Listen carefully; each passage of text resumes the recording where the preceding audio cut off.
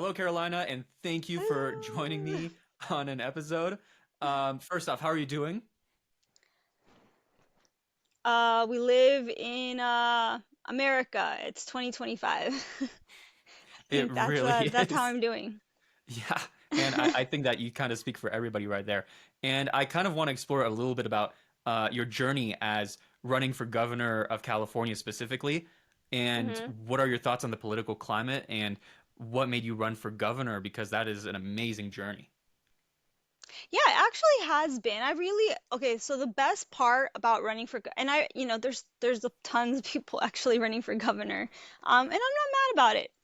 Um, I recommend that if you even are thinking about running for office, especially like the new generation just graduating or still in college, do it because you will learn so much about the reality of the state of our government.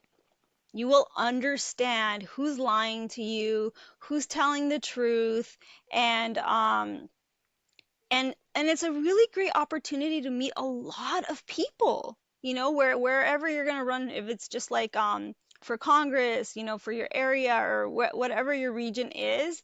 Now you have a reason to meet tons of people and hear lots of ideas, and I think it's a growth process for anyone who's doing it for the right reasons. Yeah, I really love that because oftentimes I talk to a lot of candidates and they will tell me, "Oh, running a campaign, it's hard." But I like how you're focusing on the strength. And you're right, you do meet a lot of interesting people. And I don't know about you, but for me, when I decided to get involved in politics for the first time in a while, I felt as though I had the future in my own hands and as though I was more in control. Did you feel that way? Wow. I just love that, what you just said. You felt like you had the future in your hands for the first time, Yeah, because I and feel that you like had that more control over like the state of our not even the situation. state, but just there's a difference between just consuming media and let's face it, media sometimes it can be kind of a rabbit loophole to um, it- being really down. We all understand. Exactly. Everyone's And burnt out. when you get Yeah. politically involved, you're no longer just talking, but you're acting and you're seeing people with you and you're part of a movement. You're part of something bigger than yourself.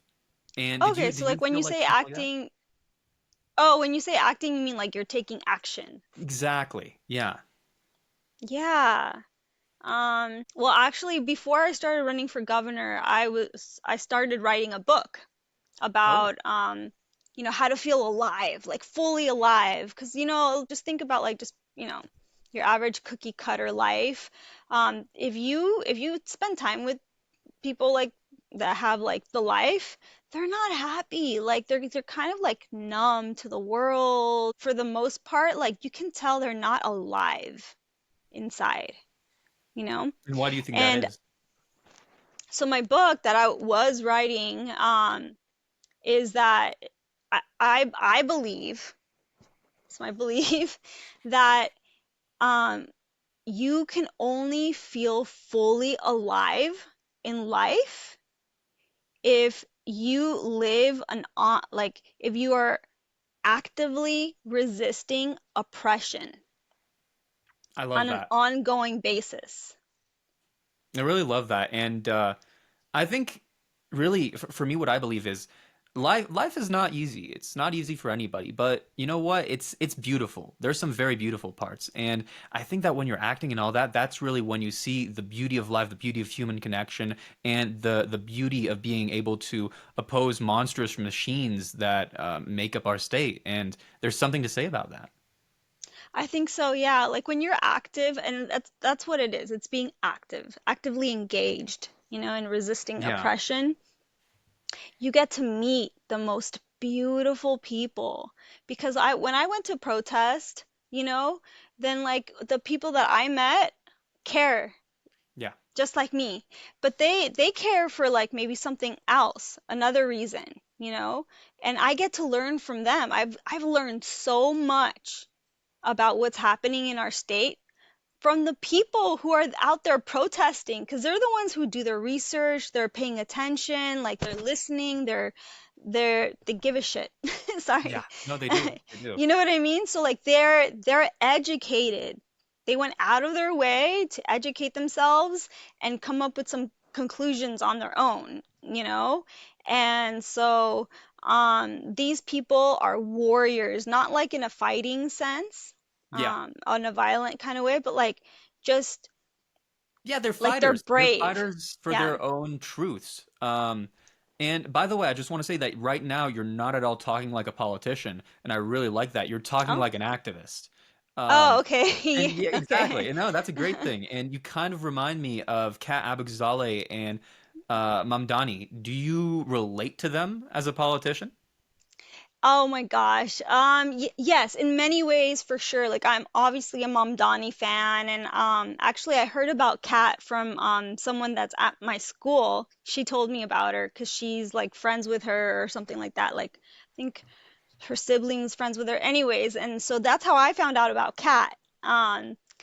And so I've been following her, and I love her energy. You know, she stands up. She stands up, she speaks out, and I think that's the only way to live, Yeah. like to feel alive, fully And alive. I'm actually interested because I've been talking to some people about this. What do you feel? How do you feel about the political climate with these new figures? Because I'm willing to say that we're seeing really a new type of politician, a political activist. And I think that for the first time, they're reintegrating hope and they're building movements behind them, not just running for office, but they're really running for people. Do you think that this is going to change the future of the political um, situation in America? I think it's an ongoing process that should never stop. Activism or standing up for what's right, it's not just something you do and then the problem gets fixed and then you go on with your life. It needs to be ongoing. Like you can take breaks, obviously you have to like recharge, but like oppression doesn't just like go away and then we're done and then it never comes back. Like Yeah, and that's what we're, no, yeah. I'm sorry. What I meant to say is what I really like the term is civic engagement, civic duty, because it reframes it as something that never ends. It's your duty to always call out. That's what it means to be Yes. a citizen, an active member as a citizen. It is. It's all of our responsibility. We're not doing our, everyone needs to start, being responsible, like, because it's a lot on the people who are, have been in it for a long time. They're getting burnt out and it's like affecting their mental health because we need everyone, because like you said, it's everyone's civic duty, it's their responsibility. But also, like when you do it, you find that you feel alive. Like when we went to the No Kings rally together, Yeah, the 2.0 one recently, it was um, inspiring. how good did it feel to be in a safe space to like use a megaphone and say your most radical thoughts? Yeah, and what's so funny is in that crowd, it's not even radical. What this crowd is preaching for, we're just preaching for basic human decency, and that's the funny Yeah, thing. It's how radical it has been rebranded. The fact that we need to protest for just right. basic human needs. Uh, Yeah. Is that like a form of fashion? Because you're very educated. Like, I think history majors are really, really important. You're not a history major. I mean, you graduated from UCSB. recently, right? You're Yeah, you're a recent graduate. Yeah, my yeah, boyfriend went to that university. exactly. Yeah, And I know Butch Ware is a from the Green Party. He's a yeah. I professor never got the there. chance to meet him. We probably actually crossed each other in the halls, which is funny. Um, I bet you did. yeah. Yeah. Yeah. Well, yeah, so and he's a history buff as well. I think he has his PhD in like in some sort of history By the very way, thank similar. you for What calling us buffs. Thank you for calling us buffs and not history nerds. I appreciate the term. buffs? But okay, so t say again what you specialized in when you studied Yeah, so history. I Um studied the history of genocide, the history of apartheid, history of ancient China, which is actually so funny because the way how Chinese emperors treated scholars, um, we could say that it kind of mimics what Trump is doing. But yeah, so I studied colonialism and post-war Europe as well. And what I think is so funny is just how our terms in America have shifted. Um, for example, democratic socialism, I think I'm confident to say that a few years back, it would have just been called progressivism because MAGA is so far Mm. outright that they've almost redefined the entire playing field. That's what they do. That's the only thing that GOP is good at. Yeah. This is, it's And very important to say this. I gotta say it. yeah. The only thing that the GOP is good at is lying, reframing, manipulating. It's all just like story bending to get what they want. Literally, they're not good at anything else. Look at the economy, right? Look at Yeah. the state of our of humanity worldwide, because it's the tariffs affect everyone.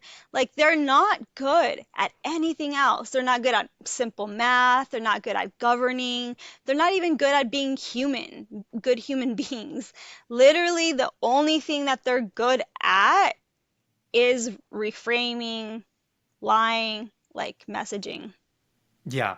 And now just to focus a little bit back on your campaign because what are some things that you're I wouldn't use the term excited, but maybe looking forward to, I guess, to tackle in California specifically? What would be the thing that you'd say would be the most forward part of your agenda in Well, California?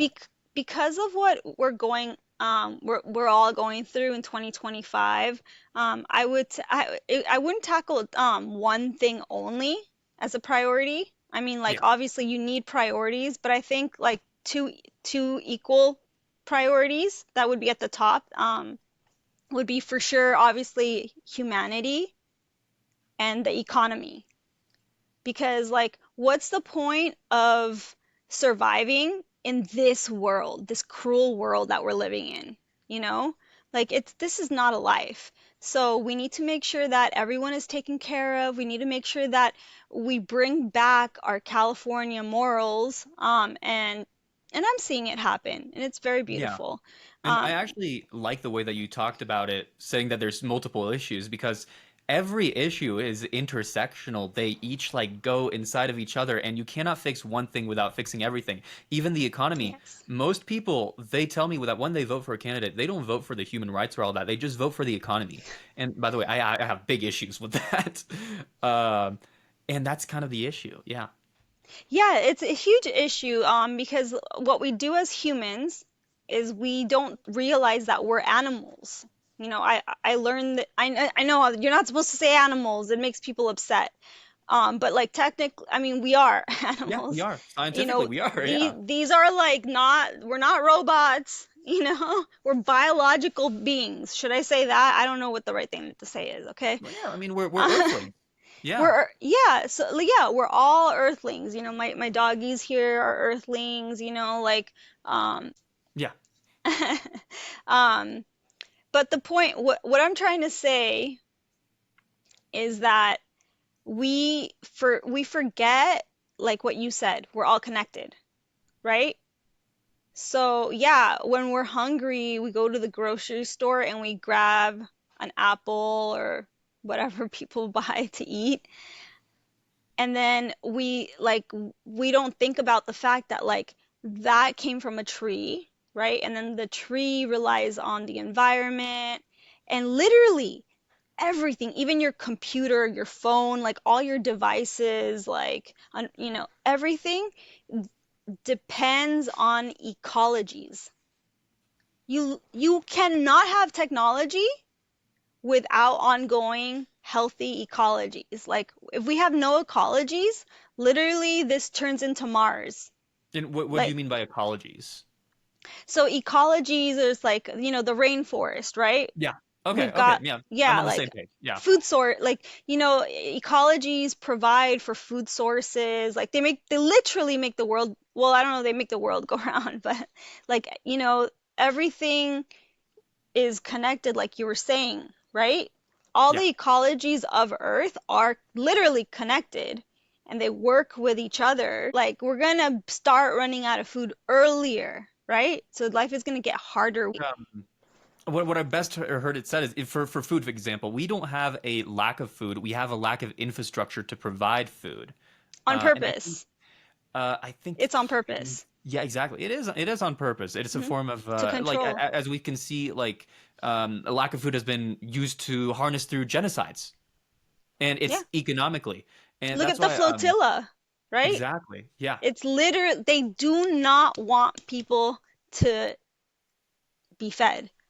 And that's why I think that when people say like violence is bad, I agree, but we also have to condemn political violence. And what I mean by political violence, not just the political scene, but we need to realize that most of the violence that happens in the world, I don't know if you feel about this the same way, but I think almost all the violence can be all tied to politics, to the people who govern us. And that's one thing that we need to realize, like poverty, economic impoverishment, education. That's all political. And that's why it's important to be politically literate.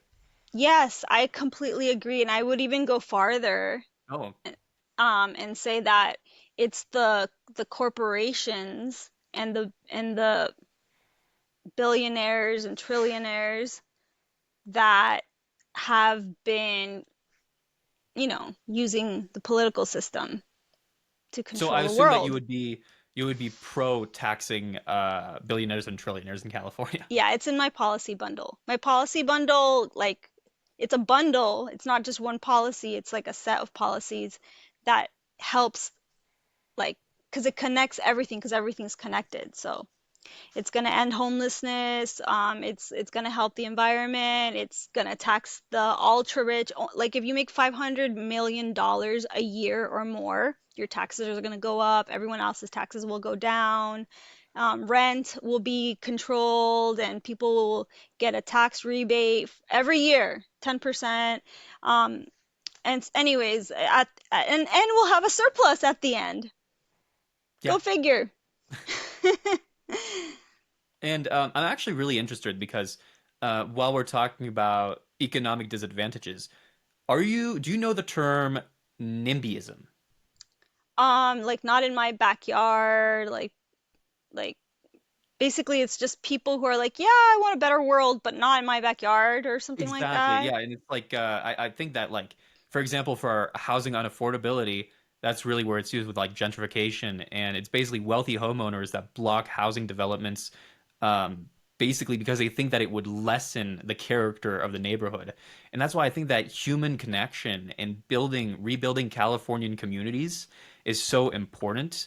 Really, I mean, building a Californian culture. And what I mean by that is, I think that Californians are a very funny breed because we're one of the few states where we are the most patriotic for our states. I don't know, but we're from different regions, so I'm always interested to hear. No, Um, even at UCSB and all that, like people are proud to be Californians. People are proud of our civil rights that we've employed as a state, and I think that you can still be patriotic while still condemning the wrongness that our state has done so far in California. in And fact, that's it is patriotic to exactly condemn when the Constitution is violated. because it's your civic duty. Yeah. Yes. Exactly. And I really do think like community is a main answer, because you know how like there's this whole like lonely boy epidemic, or Male or loneliness or epidemic. young man, lonely young men, or whatever. I don't know what it's called, but I Yeah, mean I've I seen get that for emailed about memes. it. Yeah. People email me about it. Really? Yeah, they're like, "What are you gonna do about this?" And I'm like, "Let me think about it." And I did. I thought about it for a long time, and like I really think that I've seen people, come from a place where like they're lonely, they feel like neglected, forgotten, and like they think it's like, oh, it's because I'm white or whatever. Because that's Yeah. the propaganda, That kind of bothers me because there has been a men's rights movement. I don't know if you've seen that. And it's the funniest thing because it's about people victimizing themselves and they're just like saying that no, the patriarchy doesn't exist and all that. Yeah, it's Um, propaganda, but at the same time, I think they are lonely, I and think I that and the I think issue like is there's like some truth to them feeling I think that honestly, forgotten, you loneliness, know. it's a product of our times. It's a product of this. It's Mhm. that's why I'm actually so I don't know your thoughts on this, but I am so pro building a high-speed rail in California, and we need to streamline the project because I think that the issue with the internet and why there's so much hate is you don't actually see your neighbor. You don't actually experience, you don't visit the cities. And if you could just experience true, what I mean is culture is there's so many communities have their own culture. And it's so important to visit each small type of community and really understand both the struggle but the positive aspects and the different sides of each culture because that's what makes us human.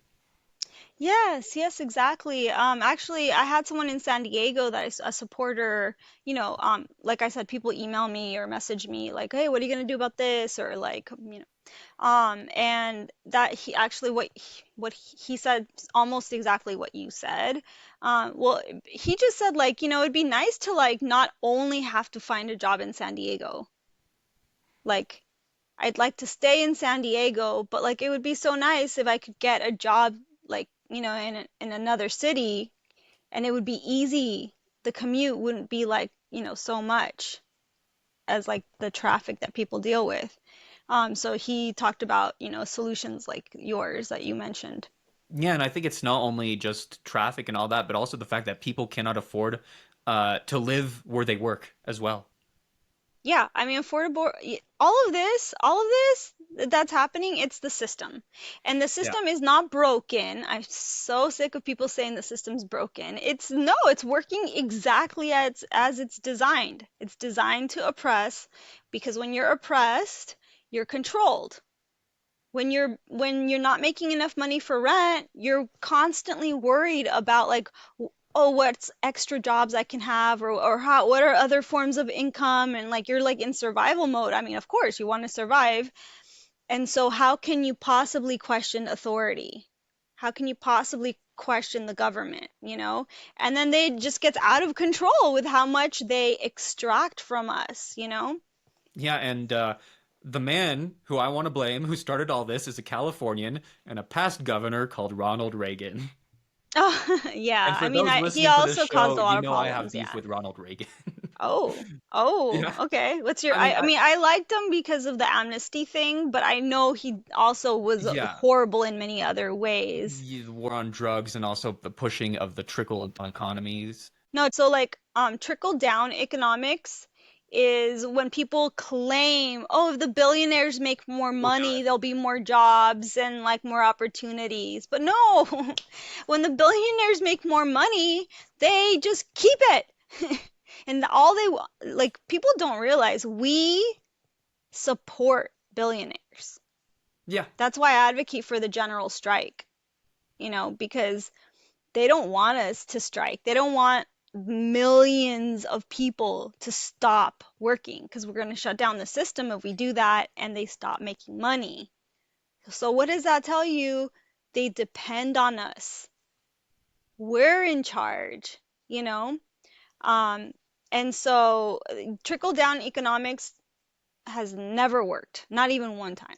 It's Yeah. it's just an idea that's sold to us. But trickle up, Investing in the people is it's a what little different. works.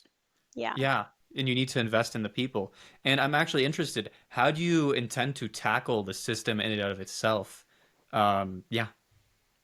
The system, yeah. So with the policy bundle that I have proposed, rent will be controlled, so it can't just like keep raising at ridiculous rates. But at the same time, people who are like small time property owners, they're gonna have tax breaks because it's not easy to own property when you're just like own one or two. I'm not talking about huge corporations. Small business owners are gonna have tax breaks. Basically, everyone who's not super rich is going to have a major tax break. And people who are renters every year will get a check from the state, 10% back of what they spent for rent every year. So it's like they'll be able to use that as like just like an extra tiny little cushion. I also have this other policy people really like, and I do too. It doesn't only make society better, but again, for the financial aspect of it, every other year, anybody of working age will qualify for a $10,000 stipend for just completing 100 hours of community service, whatever community service they do. They could so that every other year they'll they can use that $10,000, as long as they do the 100 hours, they renew their 100 hours.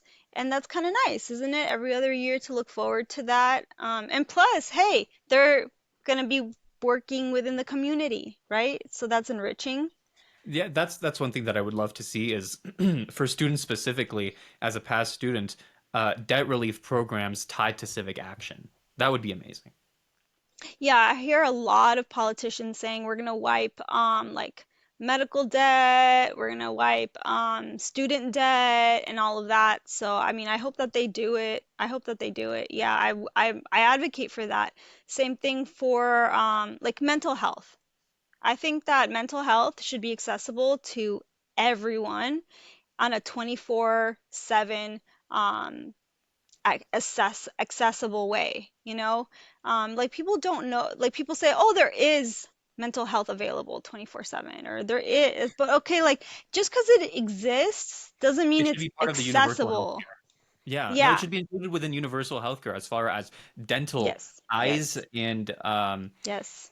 mental health. Yeah, exactly. And Mhm. Mhm. happy people make good people. Yeah, and guess what, it's good for the economy. Yeah. When everyone's healthy, they're working more, they're more productive, so it's good for the economy. And And what you're the talking Mhm. about is, I heard in Denmark, they say this. They say that how you treat a person really it really determines how that person is going to treat others. And really, if you treat a person with animosity, you're more likely to have criminals. And if you treat a Mhm. person good, for example, I was talking to a past candidate who basically was in prison at one point, and he told me that what helped him change was having a house and having basic human decency for the first time. And that changed his entire perception. And that's why he got into politics, because he wanted to provide housing first. Yeah, and that's part of my policy bundle. I know people think it sounds ridiculous. I'm gonna end homelessness. But you know why it sounds ridiculous? Because like I said, this is by design. We have homeless people this is on purpose. It's part of oppression, you know? And Mhm. actually, I wonder what your thoughts are on this, because obviously California has 30% of the entire US's homeless population residing in its borders. And a lot of the time, we don't provide any housing, but we will provide a $600 check for them to buy food and all that, and that's not enough, and it doesn't give enough decency, and they don't have houses but they have money, which obviously can lead down the very wrong paths.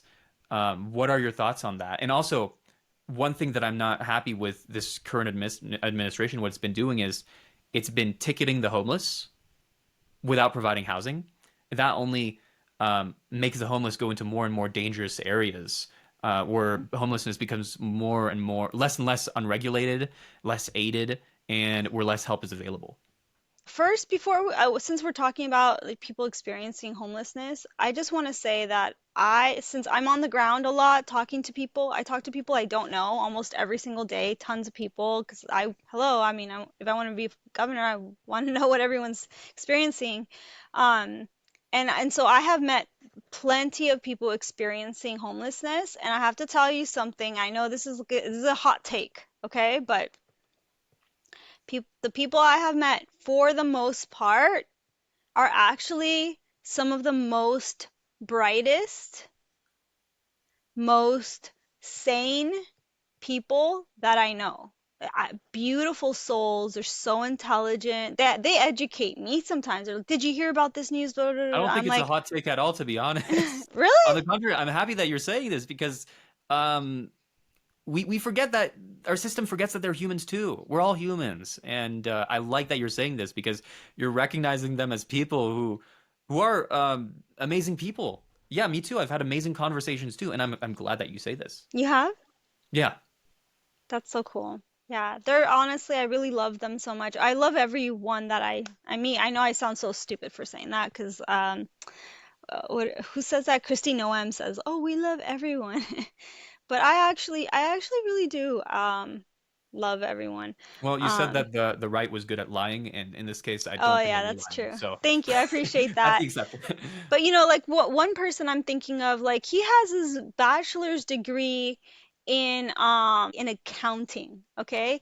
And he's like so sweet and kind. The reason why I love that you're saying this is actually I had an argument with a Democrat, no less, and it was a very pro-establishment Democrat, and I was just like, we are not building enough housing units, and we need to provide more housing units. And he told me that even if we built enough housing units, why should we help these people? Because so and so they have mental issues, in his own words, and we could never help them. And that absolutely disgusted me because that proves that he doesn't see people as humans. He overarches everybody and he sees himself as above them. And I think that really, if you're part of this world and you're a good human, you should want to help others. Yes, yes, and that's part of like what I talk about of feeling fully alive, is wanting to help people you don't know. That's like you should want like anyone that knows me knows that they can reach out to me, and if I can help or I know anyone that can help, I will. They know that about me. Everyone that I know that I meet, because I meet people all the time, they know this about me, and they've reached out, and I do help all the time, and I connect them with people who can help if I can't help, or I figure out, you know, what they can do. And then I check on them, to see how they're doing. I just actually, someone just messaged me today. I helped them because they were dealing with an eviction issue. Yeah, and it was really nice. I got a really sweet message just saying like thank you so much for being there for me, and just having like the moral support of like you being there during that meeting meant everything, and I just really want to make sure you understand that that meant a lot to me, and guess what? I'm allowed to stay longer. Well, there we have it. We have a governor of the people. And with these closing remarks, I guess what is your message for people who want to get active but don't really know where to start, or even just like start looking into politics? What's your message for that? Because a lot of the youth they want to be active, but they don't necessarily know where to start. So yeah, what's your message? Yeah, and I love that question. It's so important. It's so, so important. If you feel like life is pointless or like you can't do enough to help, so there's no point in even trying, or if you're just literally don't know the point of life, look around and see who needs help and just start helping however you can, and start telling people to reach out to you if they ever need anything, and telling them that you'll do anything you can to help them if you can. um, and then follow through on that. I know it sounds kind of like, okay, how is that going to fix it? But you start to realize like you are not the only one with problems, and and you start to build these really strong, beautiful bonds. You're not going to be lonely anymore. And next thing you know, when you need something, there's going to be a whole community behind you, like ready to help you the way they can. And it is like that's community, and it's like the most beautiful thing in the world. And you cannot buy that with money. Well, you can't buy it. That's not for sale. Yeah, and It's I think that that kind of ties in into a lot of people sometimes ask me like, what does it mean to be strong? I love philosophy in that way, and I used to take philosophy classes, and we would be asked that question. And I think that to be really be strong means to be kind and to be there for your community. That's what it means to be strong. It means to be so secure in yourself that you're willing to help others. And I think that for me specifically, as far as mental health, because that's a big thing in our world. What really helped me with my mental health was when I started helping people and started being active. really. Yeah. How did you come to that realization? Well, Like first how off, what was that like? yeah. Well, as you know, I used to run ultra marathons, and I would see trash Oh, everywhere. And that just pissed me off. Like the fact that I was in the middle of the most remote areas and I would see trash. And so I started going on runs, not to run, but just to pick up trash. And I would tell everybody, just like, guys, we need to pick up trash. Um, and also just talking to people, being part of a community. Humans are social creatures, and I think that ties into what you were talking about, a loneliness epidemic is united we stand, together we're strong, and we need to be together, and we need to join a movement. And that's what's real patriotism. It's fighting for what's good. It's being there for your other human. And there's nothing like it. Yeah, that's true And, strength. and I have to say, like, just before we end this, it's really important. Like, you might like run into people that like ask for help and then you help them and then you don't feel anything from helping. But I would just say like don't like that's gonna happen at the beginning, but it's like what is it called when like it accumulates with It's time? exponential. It's kind of like a muscle. The compound effect. It's called the Compound. compound effect. This like building community, being a strong, kind person and helping people to like solve your like be part of solving your mental health issues or just like not feeling lonely, or whatever. Um, it's a compound effect. So at the beginning you might not feel like, oh, never mind, it's not giving me what I was looking for, but I would just say like keep going, and then you'll start really feeling it. And then once you finally like have that community, you'll see what I'm saying, and it's so incredibly worth it. You'll feel alive, and sometimes it's overwhelming how beautiful it is, and sometimes it's too much how much love there is when you live on that path. Yeah. And so I guess as a closing statement, how can people help you now be part of your community? And so just so people can see more of you, do you have a website? What's your Instagram? How can people be involved? And do you have any events right now that you're going to be doing? Yeah, this weekend I'm gonna be in Inland Empire in Corona, California. It's Holistic Vibes. It's a spiritual store, and they're having a little community event because everything's about community. And since it's like a spooky theme, Halloween's coming up, I'm gonna be doing charm and tarot readings for fun.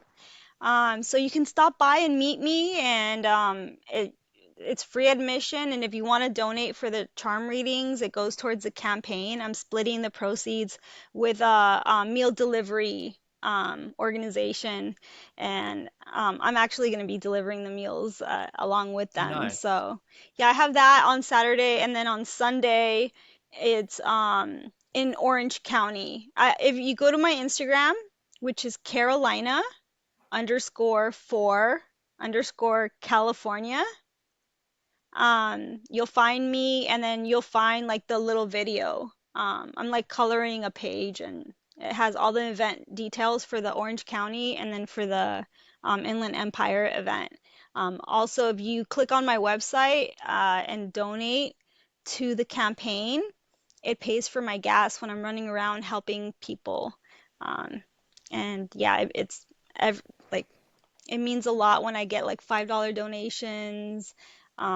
People are doing like $10 like recurring, like every 2 weeks t takes $10, or and whenever I get a notification that comes through, it like really warms my heart, and it like helps me to keep going because it feels like I have support.